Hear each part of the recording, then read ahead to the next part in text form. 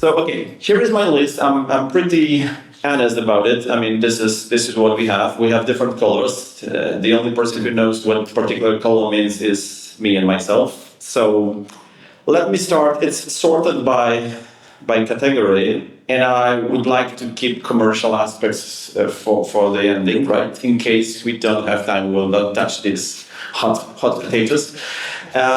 I would like to start with AI because, yeah, the green color indicates that we believe we answered that question. I sometimes just want to summarize it that, yeah, when it comes to how can I use AI with Flow, I think today we had a great presentation showing you how to use it. I would like to remind you that there are examples available on the marketplace where you can download and enable OpenAI connectivity from your workloads, and they are prepared for both versions, Flow Connect, but not only for Flow Connect, it's also available for Flow Classic. So majority of you who currently run Flow Classic you can still benefit with the AI in Navigator Flow. And I think we showed very many examples, and I believe this topic is very well addressed. There were many more questions related to AI, but I guess we sorted it out. Now, so let's get commercial for a second. Yeah, there is a bunch of questions related to integration and connectors, and I would like to start with the where is this one? Is it possible? Yeah, is it possible to use Flow as an integration engine? And it's a tricky question because we had a dedicated integration engine module as a separate part of Flow Classic, and currently all these capabilities are kind of embraced by standard Flow Connect. We now have better monitoring option, right? We have automations. Who could answer this question to properly, clarify? Yeah, Paula. Yeah. Okay. I think the product is good in certain use cases for integrations. We do have customers who use it to automate machine data back and forth without any user step elements. So, in certain areas, I would suggest yes. In other areas, I might suggest no for the product. I really think it depends on the use case. So in Flow Connect, we are going to continue to add the features of the integration framework into the Flow Connect product line.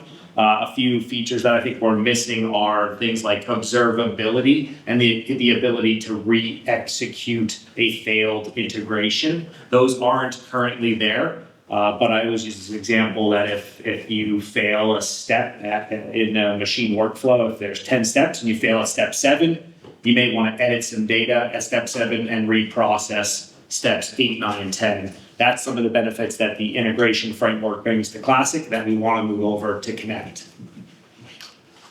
Oh yeah, that's good. Well said. Yeah, so a bit related question is, people want more connector options, and there's another question like, when will Connect feature all connectors from Classic? So who wants to take this hot topic? So you're not so eager now.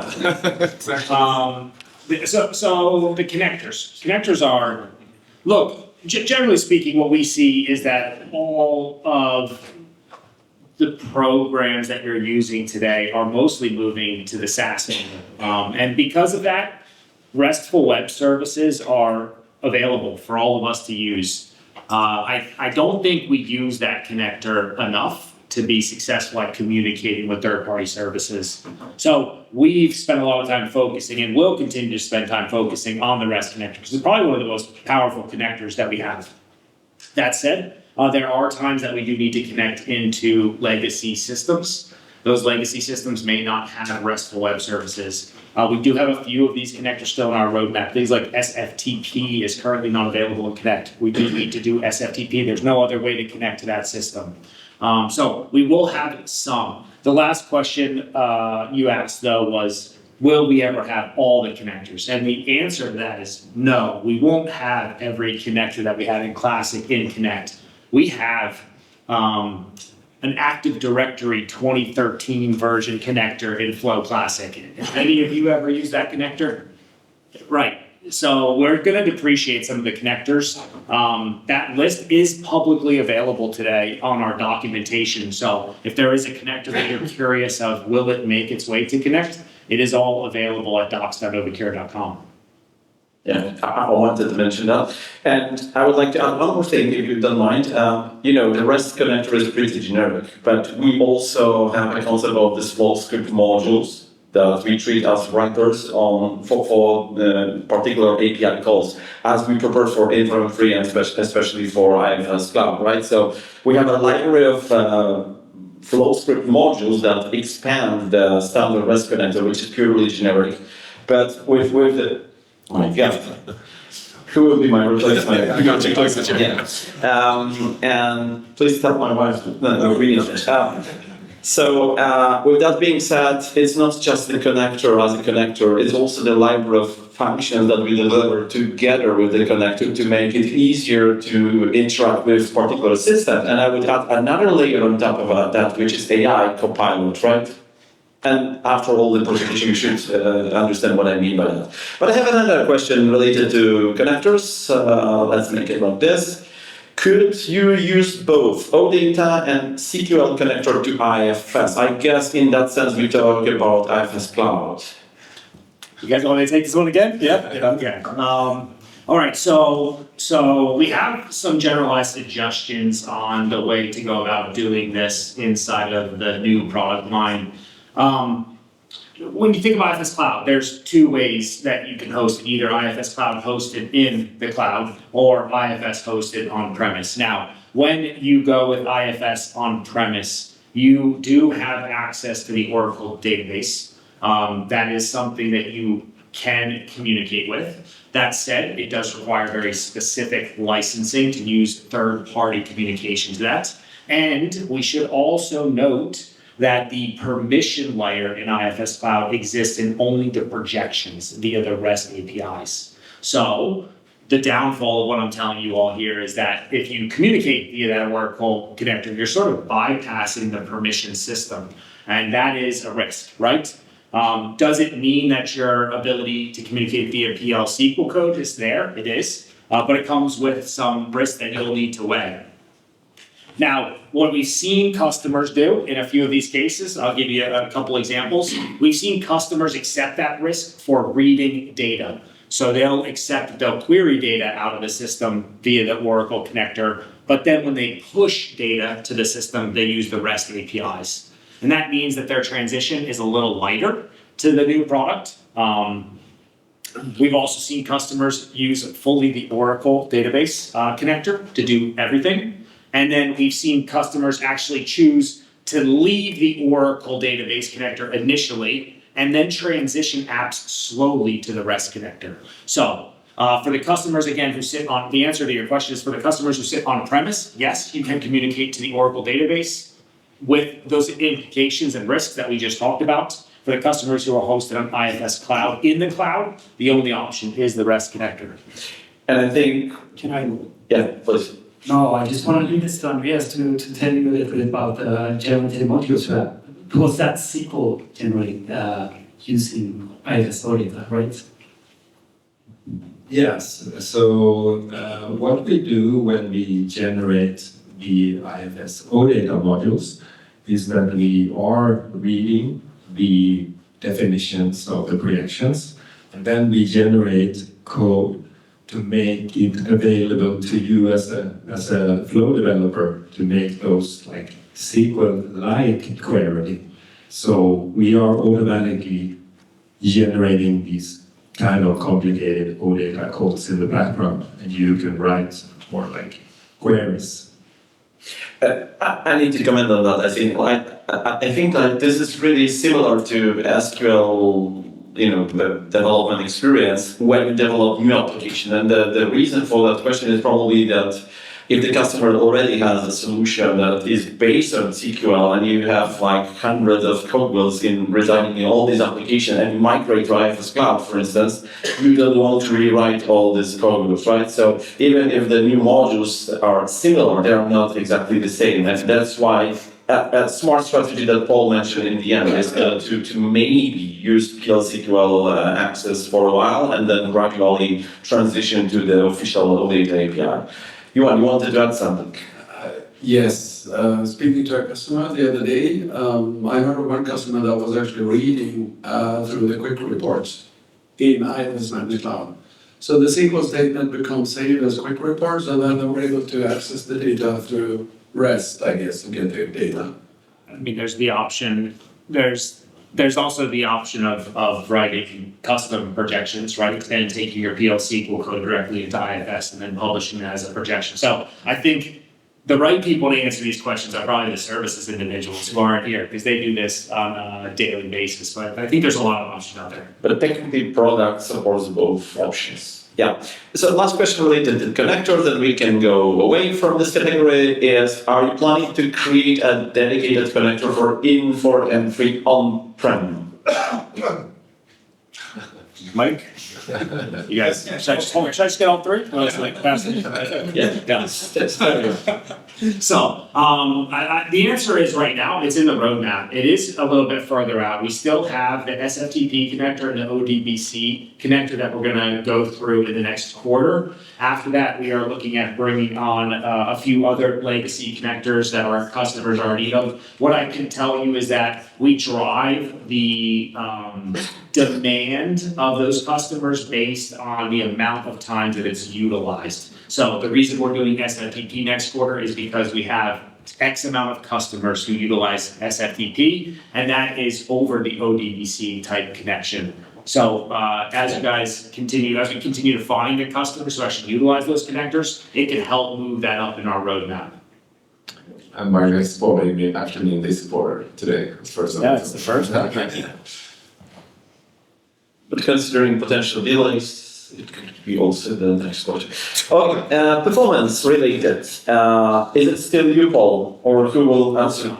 Okay, so let's choose another category then. Maybe migration. Do performance. Let's do it. Let's do performance. Okay, so let's do that quickly because we're talking about performance. So there are two topics here: performance and latency. As I mentioned, there were duplicates that I already eliminated. So I think latency is a part of the performance specific situation, right? When you maybe don't send a lot of data to your server, but you need to send the data very frequently, and then the latency between your on-prem installation and the cloud and agent in between might add additional layer, which might cause the lack of performance. Can you comment on that? Did we measure it? I mean, we heard from a customer yesterday from Refcore. I asked this question, how they can evaluate the performance afterwards, and they said that it's actually faster for them compared to Flow Classic, but we need to be transparent here and say they were in the cloud before the transition. So obviously all the consequences of migrating from on-premises to cloud are not related to them, right? They only benefit from a new Flow Connect architecture. But are there any other situations where the customer might be exposed to some lower performance? So I think I'll answer generally, and then I think we should hear from Petter because he was the first one to come on to Flow Connect with Novacura, and he experienced some performance issues in that process, right? So we seen them. I think we take care of them as they come up. But let me just say, I think it depends on the customer and your current setup. So RevCore is a great example. They were hosted in the cloud and using what we call the hybrid connection manager. Because they use that hybrid connection manager, they're using an Azure service that allowed them to commute from on-premise systems up into the cloud. Now, we've utilized the agent and the agent manager to do that communication, which is our Privy tool, right? So we expedited their communication pretty significantly, I would say, because we got rid of the hybrid connection manager. Now, there are customers in the room here that literally have a Flow server and your ERP system sitting in the same exact server, right, today. They're probably on some utility server somewhere that you're using on-premise. Those cases, you'll likely not see an increase in performance, right? Those things are literally together in the same data center. We are probably not going to be able to make it faster, but I think we will be able to make it not terribly slower, right? What I mean is it's not going to get worse. It might stay the same, it might get slightly deprecated, because now we have the latency of communicating to the cloud. That's just the realistic, what's gonna happen. Now, when we get runtime on-premise embedded in that, I think that will make latency much less. So what runtime on-prem will allow you to do is run those clients behind your firewall, almost putting those two servers together again. And I don't expect that we'll see as much latency when we talk about the communication from the on-premise systems to the cloud today, because it's all going to stay within your own firewalls. That's the technical answer. Yeah, and just to add, there are a few pretty big performance-related improvements in Connect. Am I going through the mic? Basically, we took the flow server and broke it into multiple pieces. So that the cloud-hosted portions of that use the dynamic scalability that cloud technology provides. So we can spin up more instances of services and add dynamically more CPU and more RAM as the utilization goes up. So that's a big advantage. And the design of the connector agents, I think, is important too. You can run many of those, and you can dedicate them to certain processes. So one challenge a lot of customers had with machine workflows or automations running in the background, sometimes those are pretty heavy interaction with the ERP. Long-running processes or extensive queries and things like that. And what would happen is when those are running, they're sort of bogging down the mobile app users because it's all running through kind of the same pipe. But you can split those out now. So you can have certain, let's say, automations running through a dedicated connector agent so that it doesn't interrupt what your mobile app users are doing. Super for a comment. I mean, each implementation is different, but I would say more larger customers having more transactions, having more heavy processing would rather benefit from transitioning to Connect than would feel some drawbacks, right? And yeah. Okay. Sorry, one other thing I'll add just quickly, again, techie stuff, but the latency question, it's hard to answer that in a general way, but we do use this concept in Azure called the front door. And the advantage to that is that it gets you onto the Azure backbone network, which is quite fast globally. You onboard that backbone locally. So wherever you are located, your sort of entry point into accessing Flow Connect is local. And you're on the Azure backbone at that point, which gets really, really high speed communication around the world, basically. So that's an advantage in Connect as well. Let me just give you a little customer view from this, because we were actually the first customer on Connect. So what we saw that we have a lot of apps, and we have small apps and we have big apps, and what we saw that the smaller apps, they were actually faster in Connect, whereas the bigger apps, we have a project, for example, that does like 850 API calls to IFS at one point when we created a project structure, and that was slower, a lot slower when we started. But then we had to rebuild it, and we could use the feature that we have in Connect to rebuild it to make a lot fewer or make them in batch. So then we saw that we could get back into part to the old version of Classic, the Classic app. So it depends a little bit on the app. But so if you have 850 API calls, you will experience some issues. But you can work with it. Okay, there's one specific question related to performance. It's the, I'll quote, capability of handling large data sets. Probably some optimization needed when it comes to, indexing the data. Do we have any? Probably referring to timeouts, I would guess. Right? Yeah, I don't know if that is in regards, I think we alluded to on stage yesterday that when you take a picture, the higher the version of the iPhone, the more megapixels, the larger the image is. Or data sets, to me, sounds more like you're querying a database and you get half a gigabyte back. I guess thousands of records returned to your data set, and then how you handle that. Yeah, so then what I can see is we will need to compress the data in some shape or form, and I don't think we have that on the roadmap right now. So large data set is a large data set. Or dynamic read, or you actually read in portions or something, right? We currently don't support it, but nothing has changed compared to classic, right? Not that I know, we don't do any lazy loading, right? Nope. No, but the agent thing, like I mentioned, can help there, right? So you can, if you have some queries that you know take a long time against IFS, you can have those things routed through a specific agent. So as it's processing those, it's not blocking other users from doing different transactions. Yeah. Problem, yeah. Last question here, last topic. We face different response time when using Flow on PC and on Android devices. It looks like this is more related to classic Flow, not to Connect. Any comments on that? Like, do you know how to respond? I think we made a fix for that over the summer. If it was slow loading of large lists in the web client, we fixed that in the summer. So who asked it, maybe if it was from before summer, it could be fixed now. Is the person still with us? Okay. Then we'll look for that. So let's assume we answered the question then.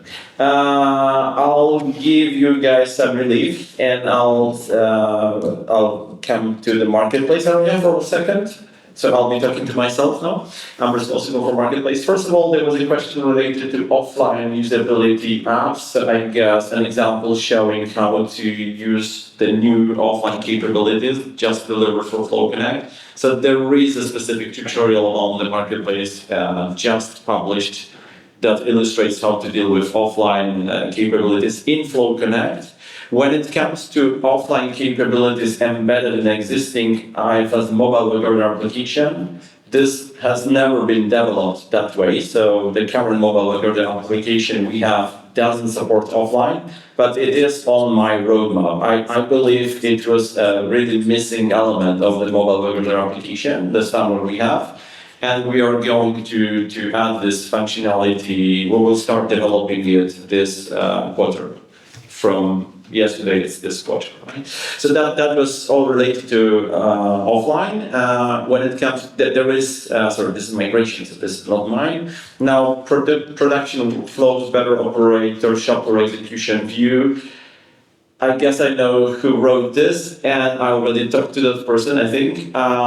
Yeah, there is, I even presented it yesterday, there is an item on our marketplace roadmap. We want to produce a better shop floor reporting application. We would call it a simplified shop reporting tool. And the problem with the current one is that this is so extensive and it offers a lot of different things, but we try to cover all different types of production the customers have. But now we know we need to tailor it more for specific sub-industries, and with that being said, we'll also limit the functionality to only those features that are needed for particular industries. So it's already identified element or need, and yeah, it's on the roadmap, but not for this year. I mean, we will start designing it this year. That you shouldn't expect delivery by end of this year. So I think I answered this one. The next one is, yeah, this is a very interesting one. Try before buy on apps. It's a hard topic. I mean, from the commercial perspective, I'm okay with that. Okay with giving you applications to test them before you buy, before you subscribe to the marketplace, or before you purchase a specific solution. The only problem we have with that is that once you take the application, you can then copy it, clone, build your own applications, and you wouldn't know that because you did something with that. You can then multiply the application, and even if we eliminate the application, the exact one from your environment, we don't know if you haven't copied it multiple times already, right? So how to track it? I don't know if we have any plans in the platform to track the roots of application, that it originated from the marketplace, even if this is just the fifth, generation of the application, but we still use some elements that originated from marketplace. It's probably not on the roadmap, right? No, Not yet. we've talked about it before. So, I mean, we could add something into the platform. It's a possibility. Yeah, so we need to add this functionality, the traceability of like application lifecycle, and each and every element of the application should also be traced. And then once this is ready, we will be able to grant you access to applications before buying the marketplace. We can possibly create a workaround for you in Flow Connect. We can create a dedicated organization, like separate organization just for testing. And then you can use it for a while, and you will not be able to copy the application to your mother organization, and then you can play with applications for a while in that organization. And once the trial period has ended, we will just kill the organization, and then you take your decision. So that's the workaround that is possible, but it's probably not as convenient as you might have expected. So okay, this is it. Integrating to our system like Salesforce. Salesforce is on our roadmap, but not for this year. So, and we know that we need to improve the way the number of integration examples on the marketplace, because in the past we were mainly focusing on like end user applications, or some little examples on how to deal with particular elements of ERP. And we know that we need to build more integration examples for the marketplace. So Salesforce is definitely on our roadmap. The only problem we had is that we were waiting for some better platform capabilities in Flow Connect, like this monitoring options to monitor a transaction, the ability to restart the integration calls that failed. These things, once this is ready in Flow Connect, we will start producing the apps to support more integration cases. So it is, I can confirm it is on our roadmap, definitely. And this one is really interesting. These two are very similar. And this is the last from the marketplace area. Will there be a community to share clever flows between users? And the second is share flows between users. So these are actually the same. Well, the new marketplace hub, this is the portal I shared yesterday, the ones where you will be able to check the application, click one button, enable your organization and use it. This one has already some backend engine that is capable of handling different separate publishers. So in one of the next releases of that portal, we would like to start simple, but in one of the next releases in the middle of the next year, you will be able to share your applications via this portal with other users, but this will always go through Navacura consultants, because we want to review the workflows before we make it available for everybody. So this option is on our roadmap. We will first start from our partners. As you know, we have partnering companies, we call them sales partners. They build their own applications, and we want to first test the solution with the partners. The partners will be able to publish their applications on the marketplace and maybe earn some money based on that.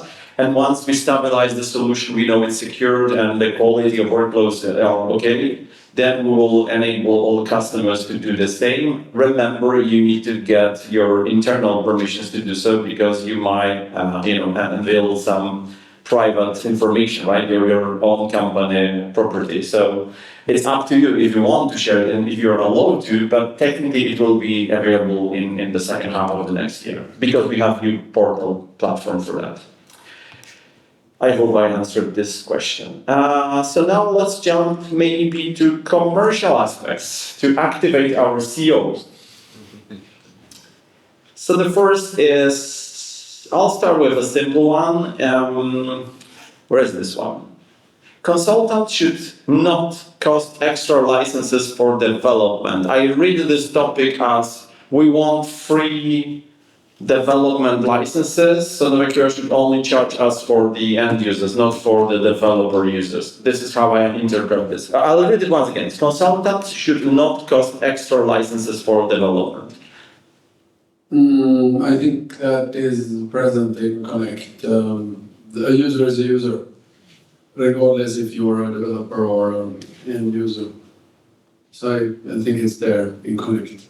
He's right. So in Connect, we don't charge for the development users that exist. The licensing will kick in at the runtime users. So that means that when you invite Navacura to help you develop, debug, test something, it does not consume a license.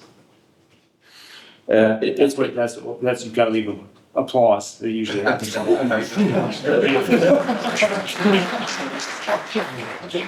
You know, you charge them anyway, right? So that's why the applause didn't count. And this is good that you charge them because I have another question. Connect for free. I added a comment here. This is my comment. Trial period, maybe. Is there any plan to offer, a free trial version of Flow Connect, maybe for customers or existing customers who want to try it? We have two different types of customers. Of course, we have customers upgrading from Classic, and then I refer to the previous session where we go through an assessment and we sort of decide if you want to upgrade on your own or use our upgrade hub or work with our partners. So that is the previous session presented by Paul and Robin. When it comes to new logos, new customers, we have a trial period. And of course, then we sign up for a trial period for a reasonable amount to be able to assess. But I think for upgrade customers, the path is slightly different because there is something running in production already. And again, I'd like to emphasize that we do allow coexist, so you could use the old Classic and the new Connect in parallel. During your migration. During your migration. But not longer. I mean, you don't want to hang on to the Classic as we have a RevCore set. You just, once it's working, it's working. Exactly. Okay, another will be, there is a topic, how are you design user managed in Connect? Any limitations? How are design users managed in Connect? Any limitation? I guess this is related to the first question about the user. So any user is just user, you just run some additional permissions and then you convert regular end user into the design user, right? Yeah, I mean, technically speaking, when you give access to a production environment for a user, that's when we consume a license, right? So as you invite users into the system, it can be thousands of users that you invite. It won't kick in until you actually create access groups and then give that access group access to your production environment. Mm-hmm. I have another topic, limited task users. I'm not thinking about it, and I think it boils down to the application user license, or the user only, limited user uses only limited functionality, very specific, like holidays, acceptance, or something, and nothing more. Do we support this type of licenses in Flow Connect? We don't have limited task users. I think that's an IFS term. I don't know if IFS use that anymore, but they used to have it, at least in the licensing model. But they charge you for the full license. I think in Connect, the user is a user, and I think we have, of course, full users, but we can also allow application-specific users. But again, then you get access to one application. You can have 10,000 people doing fault reports, for instance. That will be an application license where many users use one and only one app. To be specific, it's one app or one application package that might consist of two corresponding apps, like, submit something and approve it, technically two apps. Is it literally one app workflow? Discuss that with your sales rep. That was, yeah, okay, because when you asked about pick my voice, I felt like you're attacking me. Now I had my question and I'm going to start repeating. Okay, touche. Yeah, 1-1, right? Okay, but I'm the host. I could win this competition. But the day will come tomorrow. The cost of going from perpetual to SaaS is too high. Value long-time customers more. I think it was just a comment. No, but let's take that and also take the Connect for free topic, which was a bit provoking. I can guess who put that comment in. I think we all agree that the pricing on Connect should be reasonable, right? We can all, we totally agree that it should be a reasonable price. The question is, what is reasonable? What do we compare with? And I guess, first of all, we need to, there are multiple views of considering what is reasonable. One is, of course, to take the approach of value for business. what do you get out in terms of returns every day when you execute the platform? So that is one way of thinking. A different way of thinking is what is a reasonable market price if we look for competitors that offer something similar? And in some cases, you have to actually purchase multiple products.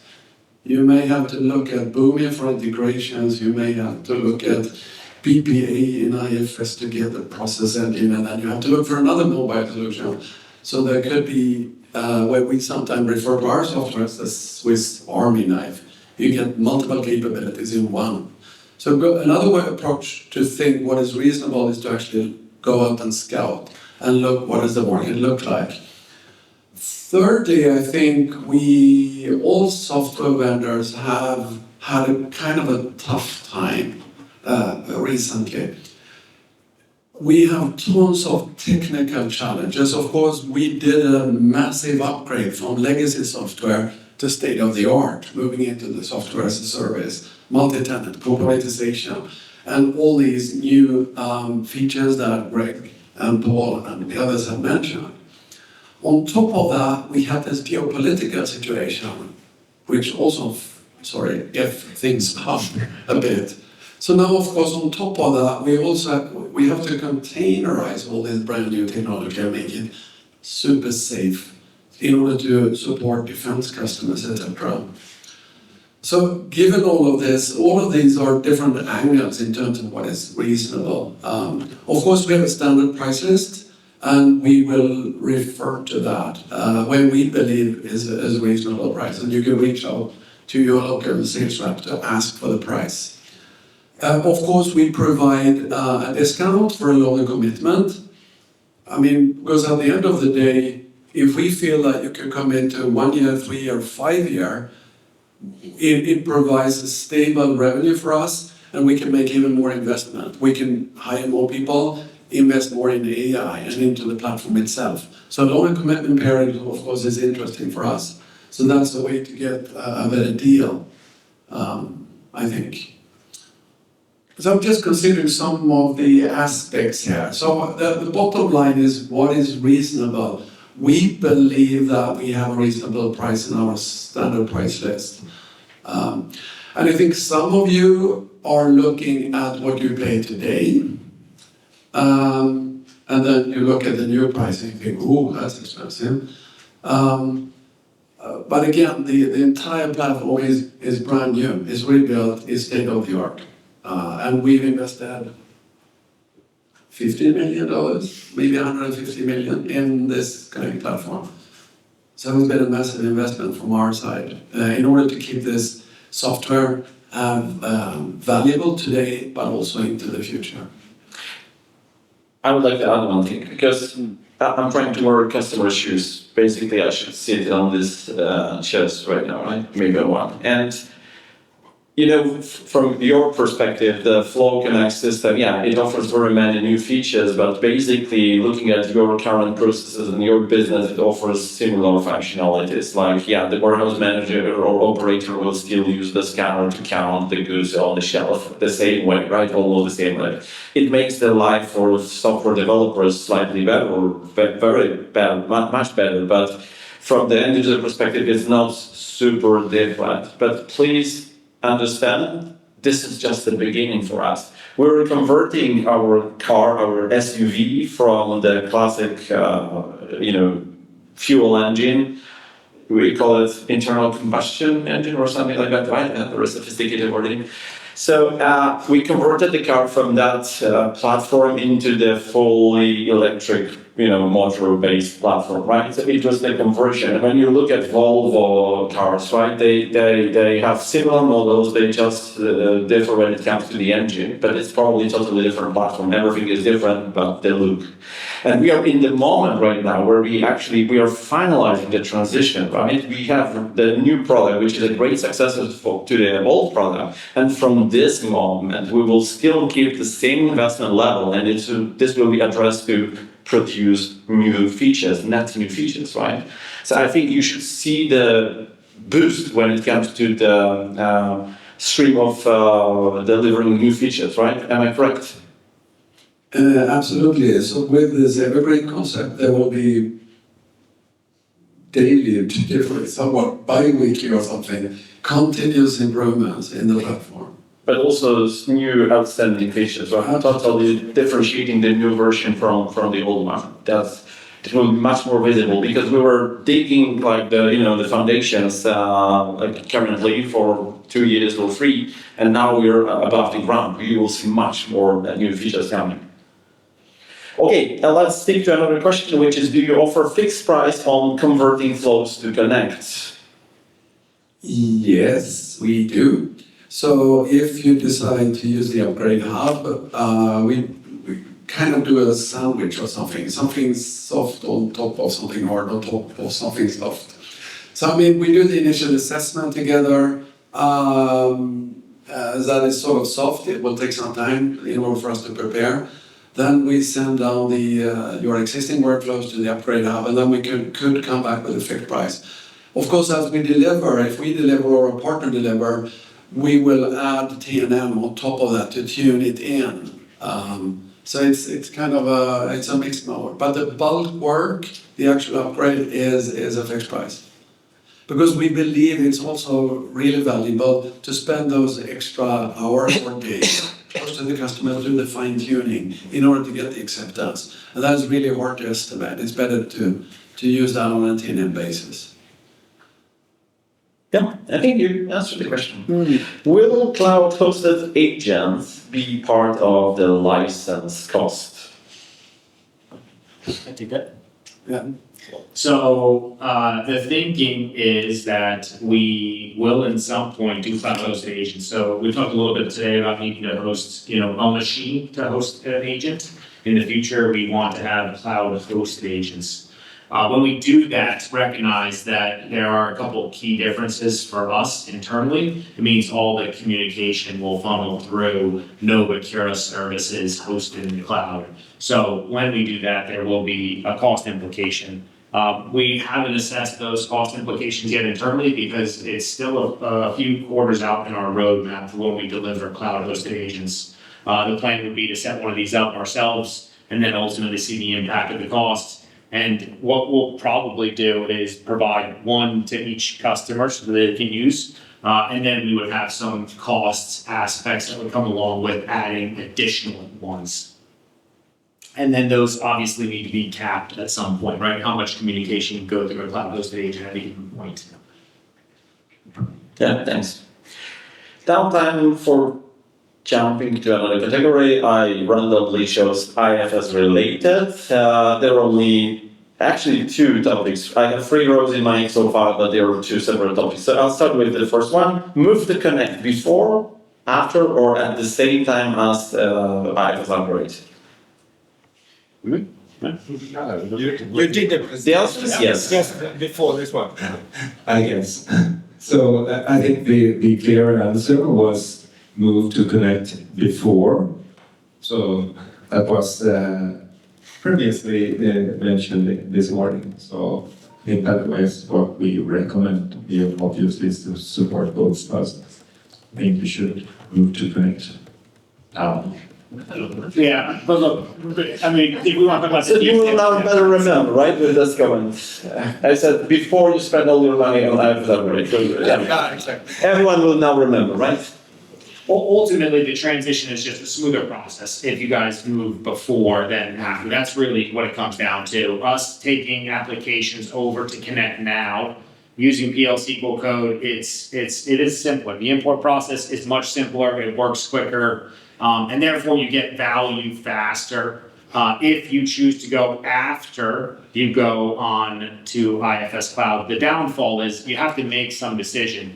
Are you going to use the connector service in Classic and make a change in Classic just to go and import that into Connect and then edit it once again? It's like double dipping work, right? Or are you just going to make this switch at that point in time, elongate your IFS Cloud project because we're going to need to change the REST APIs as we move to Connect? My suggestion would be take it now. And then what you can do is start to actually, you're going to end up getting an IFS cloud environment in test. And therefore, as you get that environment, we can start lifting the apps slowly over time versus a false swoop. I guess if I make another comment, all of the ERP vendors that are moving from on-prem to cloud typically swap their APIs. It happens to Info M3, it happens to IFS and other systems. And I guess it could be more clean to separate the projects, less mushy, because there are costs associated with just moving to IFS Cloud. That is related to the IFS Cloud move, it has nothing to do with us, or Okura. So I think it might be easier to separate the project and keep them not so much intertwined. Now I have two topics. They don't sound like questions, but I think there is something underneath. One is that it looks similar. IFS Cloud API updates. That was the comment. The updates of API might impact already built applications, but we might, and what's the consequence of that in Flow Connect specifically.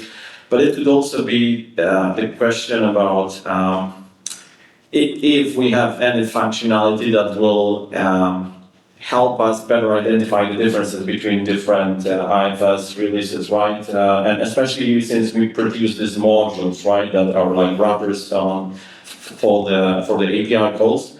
Do we also maintain the wrappers, the modules, to be compatible with the latest IFS API versions? Complicated question. You're giving me eye contact, but you should be giving Andreas eye contact. Andreas, yes. Yeah. Paul is exhausted.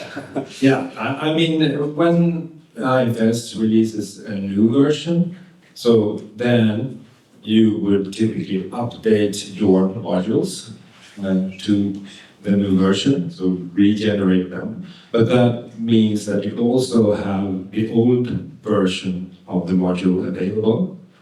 And I think what we will work on is to add more functionality of showing the differences between versions. So that's not only, of course, for modules, but also for versions of an application or a component. So that's one thing we want to do, of course. And then I think what we will also look into is to try to create tools for checking the differences, basically. For the modules you are using, have they changed with the last update to 25 or 1 or whatever? Yeah, I have a comment as well. So I think last week IFS had a user conference in Germany called DIAC. And at the DIAC user conference, there was a lot of buzz around this version checking, but also automatic testing. So we have a meeting next Wednesday to sort of gather that. We have a handful of customers that are pushing for exactly this API change, but also automating the tests so that when there's a new version of IFS being released, that we could actually run through a number of scenarios and make sure that the flows are still operating. When I look at this question, I often compare our connector service in IFS Cloud for IFS Cloud, which would be on Classic, to the new connector modules. And this is one area that actually excites me the most. When we showed demos yesterday where we generated modules, right, for a projection. And when we did that, those were all built on flows. So we've created those flows that communicate with open APIs to Flow Connect. That's super powerful. So I can envision a world where we build a flow that will go reference all the projections that you use in your apps and auto update those to a new version, tell you the differences, and guess what? Because it's on APIs, you could even deploy those applications to test in one click of a button, right? It could be just that simple. I think that's the benefit of the product that we built. Now, when you compare that to the Processing Classic, for those who have the IFS classic connector, right, for IFS Cloud, you have to go compile every single one of those projections individually. Sometimes they fail to compile, and then you have to go back into the system, figure out why, and then go update your flows. So I could see this process being significantly streamlined in the future. We just have to spend a little bit of time, as Andreas said, building the tools to help you be successful in that process. And just to confirm that, this is the internal slide from our employees conference that took place on the 5th September, so it's quite fresh. It just confirms that we are actively working on providing an AI-based tool that will help you maybe fully automate the transition between different versions of IFS APIs. Because we believe, we can easily identify the differences. The question is if we can also easily fix all the problems without any user attention. But that's the goal, that's our ambition. So that's why I'm showing this slide. Okay, let's come back to the Excel file, and I'll jump now maybe to the technical areas. And one, it's technical, security related, but it's more formal. Will the product be ISO certified? Man in the middle. We have a plan to get ISO certified. That plan kicks off next year for us. So we went on a journey of becoming certified in our services group this year, right? And successfully achieved that. Now we look at the product in the next year. So exciting opportunities for us. Great. So, tips on how to set up the operation center for SaaS-based solutions. I can read one. Yeah. Tips on how to set up the operation center for SaaS-based solutions. What is the operation center? Right, I thought you would know. No, I don't know. But if someone wants to clarify, Just answer. Pretend you're self-confident and say something. No one knows, so you can say whatever. maybe we take that one if someone wants to give some additional feedback there at some point. I can do that. Oh. My question. Oh, It's very simple. Today, we are running on a fully on-prem system solution. It's in a private cloud, but it's on-prem. Which means that when a plant doesn't work, they have one phone number to call. But when I go to IFS Cloud there, Novacura SaaS there, another SaaS solution there, how do you set up things so that people in the plant, when things get sluggish or stop working, who can we call? Is it the same point of contact block that you're looking for? And especially when I look through the service description, when I got for this, basically if you're running a plant on Novacura Connect, having a portal or an email address, that's not just gonna cut it. So I think the answer resides in where would you place the responsibility of the single point of contact first line support. Is it going to be hosted by yourselves or with a partner? I think at the end of the day, ideally you would, our company also would like to have a Spock, single point of contact. And of course to have the correct escalation to second line, third line. And then, but the Spock need to be, I guess, the driving the process. And then of course, as you go to second and third line, you could fork out different vendors, etc. So I mean, it's all in the designs of how you set up your support operations. And I guess, so the question is relevant. Who do you give that authority to execute the single point of contact, first line support? Is that with yourselves? I guess we will then act as second line and escalate. What we're working on right now is we have customers pushing for 24/7 support, up to etc. So we have very large customers, US and UK based, that are pushing us to provide 24/5, 24/7. So things are happening right now. But I guess we will play the part of second line, I think, going on in your context. And then we have to provide like a response time that will meet your requirements. Yes, I'm just looking for tips on how do you do this. It's the first time I do it. I understand.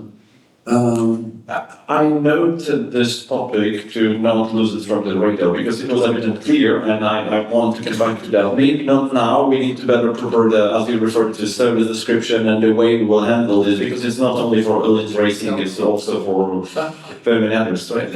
So our company have had the same problem. So for right now, we route all IT-related issues to Alphania, which is our hosting partner. And then for everything else, we send it down to our own support organization that is administered by Jasmine, and it's a Jira tool. So I think right now we are implementing a spoke ourselves. We want everything to go through this one and the same center so that we can keep the service level and have different workflows depending on what type of issues. So I think maybe other companies have come much further on this, but we are we have the same journey. I think we kind of have similar problems because we kind of have the similar issue because we work with the third parties hosted as solution like Microsoft, and then we have IFS as well as we host our Novacura server. So what we do now is that we have a triage. So pretty much everything comes to the IT help desk. So they are like if a site goes down, so it can be the network, it can be the application, it can be any sort of thing. So it comes to the main IT help desk. They decide that, like where it needs to be triaged. So does it need to go to business systems? Does it need to go to IFS? Does it need to go to Novacura? So they pretty much analyze it. Unless you have that triaging service centrally, you wouldn't be able to diagnose, or you wouldn't be able to go forward, because you can't give the responsibility to Novacura, because Novacura is anyways third party. It's not on this side of the fence. So I think that's where you'll have to design your help desk and support.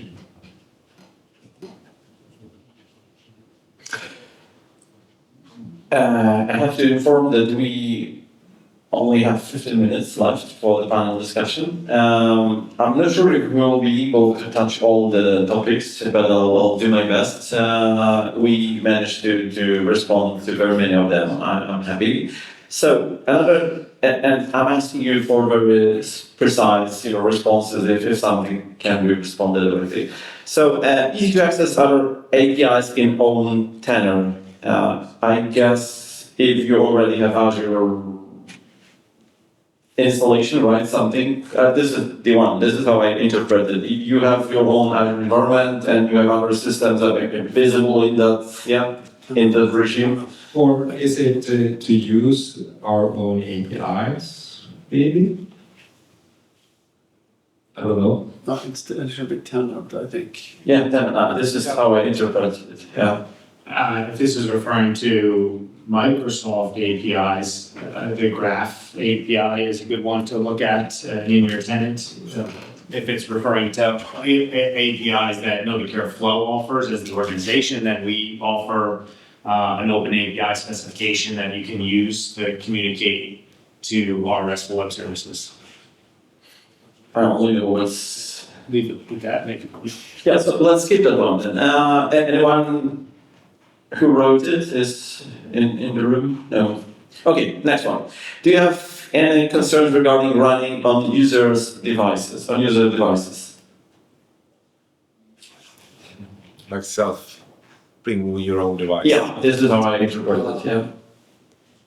Don't look at me, I'm not the author. No, I mean, I don't think I have any concerns. Maybe I have some suggestions more than concerns. So we do have the login capabilities today when you share devices versus bringing your own devices. We do have times where multiple logged in users go and you share a similar device. In those cases, I strongly suggest you look at a query parameter called select. It's like prompt user or select prompt. We put it in a lot of our APIs. what it makes you do is every time you log in, it makes you pick a user. So if you're not familiar with this process in Microsoft, you could have a laundry list of users that you've logged into recently. That's the one I would suggest looking at here, because we do have times where we get logged out of a specific session and you want to log back in, but don't want to take someone else's session, right? So we don't want to refresh.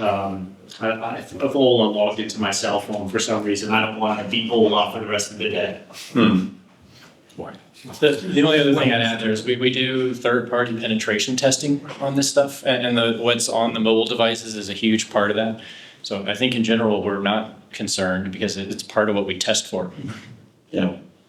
Okay, now I'll jump to UX session, and I don't want to read all the questions, and I'm not expecting answers. I just wanted to summarize it.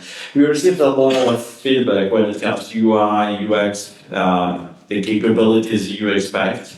They are all listed here. It all boils down to more customization options, like customized buttons, font sizes, and things like that. We have them all here, and I will not read the entire list because it's like very long, but I can confirm, I just talked to the UX team, and they confirmed that the majority of the items here are already on their list, and we are actively working on that. So again, we will soon deliver more flexibility in shaping the user interface.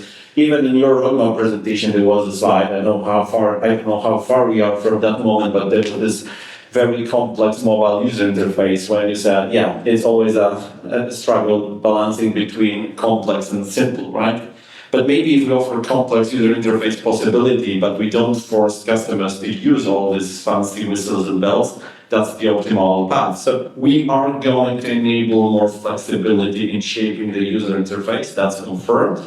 What I wanted to say here in talks with UX team, because what we want to do, we want to limit you with grades. What it means, instead of giving you total freedom in shaping font size, font style, colors, and everything, we will rather enable like the creation of a palette of colors and the creation of like predefined font sizes for small regular fonts, maybe bigger, smaller, or something like that. So this will be still limited to make the user interface looking consistent no matter which option you choose. So you will first create your toolbox, and then you will only be allowed to use the tools from within the toolbox, which gives you additional benefit, because once you decide to change the font or change the palette of colors because your company has been merged with another company, then you will just change the palette once and the whole application will look differently. So yeah, we will offer more flexibility, but we will not offer full flexibility, taking care of simplicity of development and taking care of the consistent look of whatever application you or your team builds. Now, there was one important topic here, which, two actually, very short comment. Better matching between web and mobile. I think we're on that route, right? We want to better, especially when I look at portal and web-based client and mobile client. This should look more similar, and I saw mock-ups from the UI team presenting the new client executed in Portal will look much more consistent with Portal framework. So yeah, we're on that route, right? Yeah, I mean, and You look like concerned. No, I think if we're referring to Classic versus Connect, I mean, I think our clients that we've even demonstrated up in the presentations today and yesterday, they look almost identical.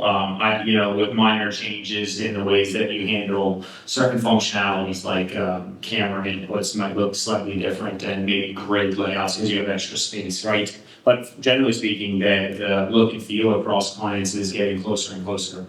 I do think there's a different time to use Portal, and there's a different time to use the mobile clients. Those two do have a similar look and feel. I'd say similar, but they're also better in certain scenarios to use one over the other, and vice versa. So they won't ever look identical at this point in our future, but we try to keep them consistent.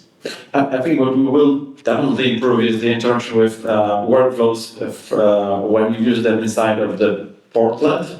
So this is planned for one of the, I mean, it's in the design now, but this will be much better. In Flow Classic, it was like when you invoke the Flow client application in Flow Portal, it was just huge comparing to the background application, right, which uses smaller fonts and everything, and now Flow client was huge. So this will be very much improved in the new portal.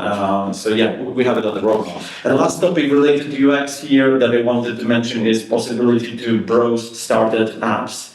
I think it's related to the, you call it observability, how do you phrase it? The ability to track, maybe it's connected to telemetry a bit, right? So yeah, I don't read the question that way. I think we had it up before. Was when you started a bunch of apps, you like on your, you don't have a PC, but if you would alt tab between the apps. Oh yeah. I think that's what it is. Yeah, good idea. I suggest going to ideas.proactive.com. So this is from the end user perspective, not from the admin perspective. I guess so, yes. Yes, it makes perfect sense. You start and the way you have favorite apps, you could also have like running apps, like yeah. So answer it. Let's move forward to.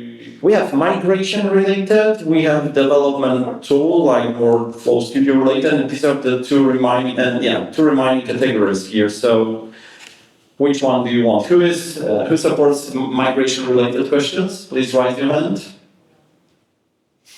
Yeah, I should ask the third option. Who wants to go to eat some food? The second is you're impatient sitting like this, doing this. So the other is development tools. So I guess the majority, you didn't see that, but you were the only one.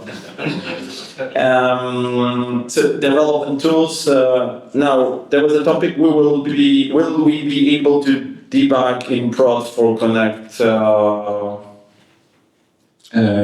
Yes, I think definitely we should be able to debug in prod as well, and it's quite easy to add that functionality from a technical perspective. It's more like how do we do it in a sensible way.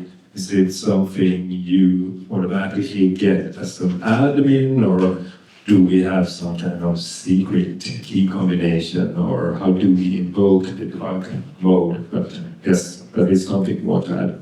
Okay, we have 5 minutes left.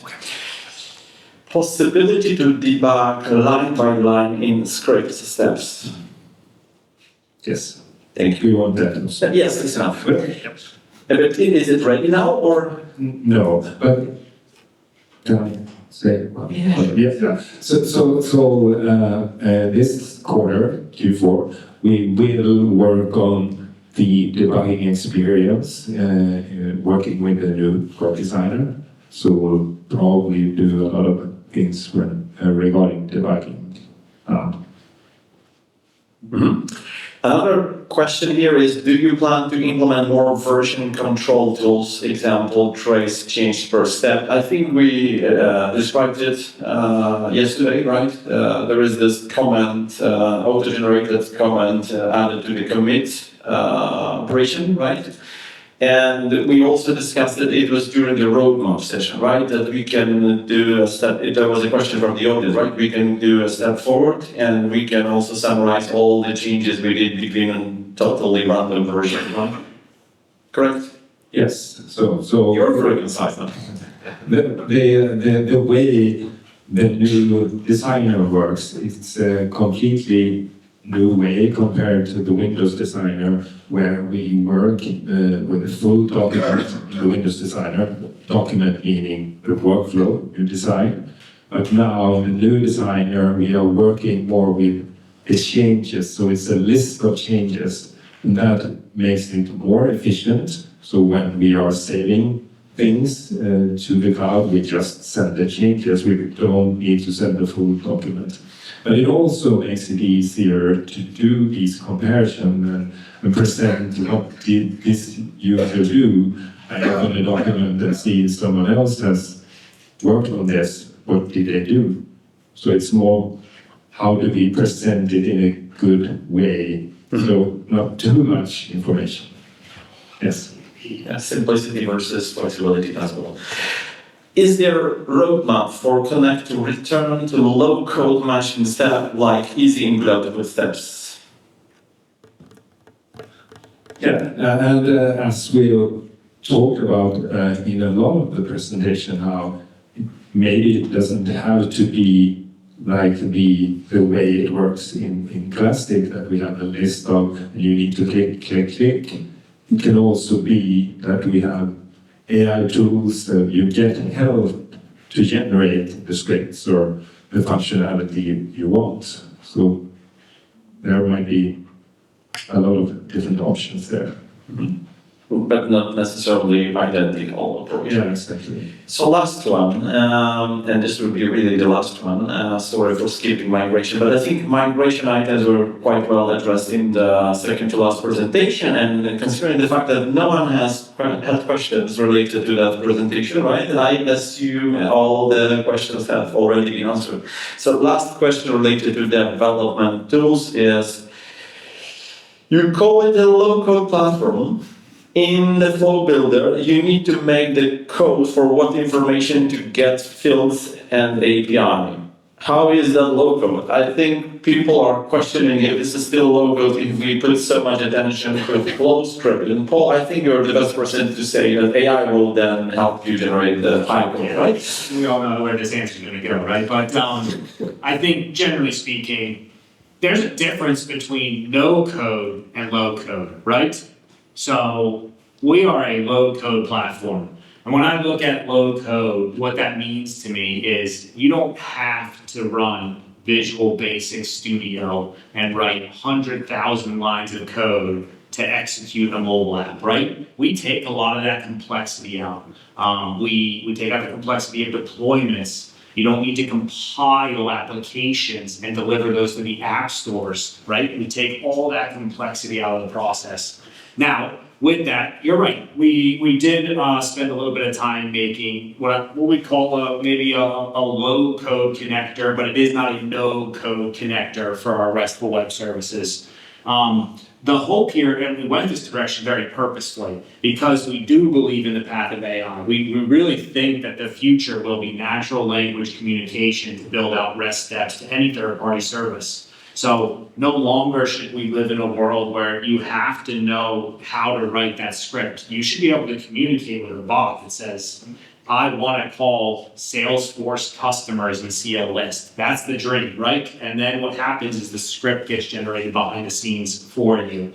To do that, we need data still, but that is why we've made this pretty significant change from what you used to see to what you see now. And it all ultimately just offers additional flexibility.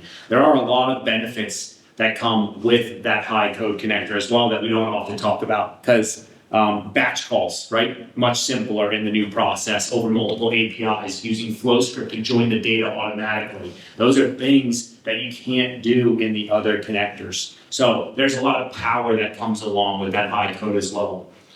Yeah.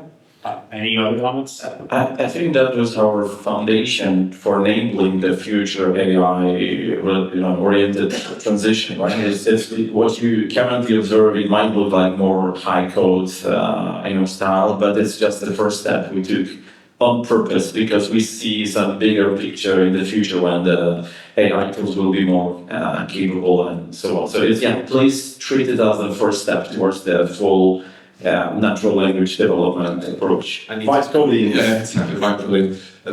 Like falling off. No, vibe coding kill me. So the thing I like, Adam, I think you spoke about Wrapper having like a skin on top of, say you have a FlowScript code piece, and then you can transform that into a graphical UI and do limited amount of stuff, but very easy. And if you want to go more hardcore, you can switch that over to the code version again. So you can move maybe between them, or at least from the graphical one over to the code, and then you can go all bananas on it. So I like that combination with the AI. That's our thinking, I think. And this is affordable. Yes. And this was the last question, perfectly answered. Thank you guys for participating in the panel discussion. Again, big hand for them, please. Evening to go.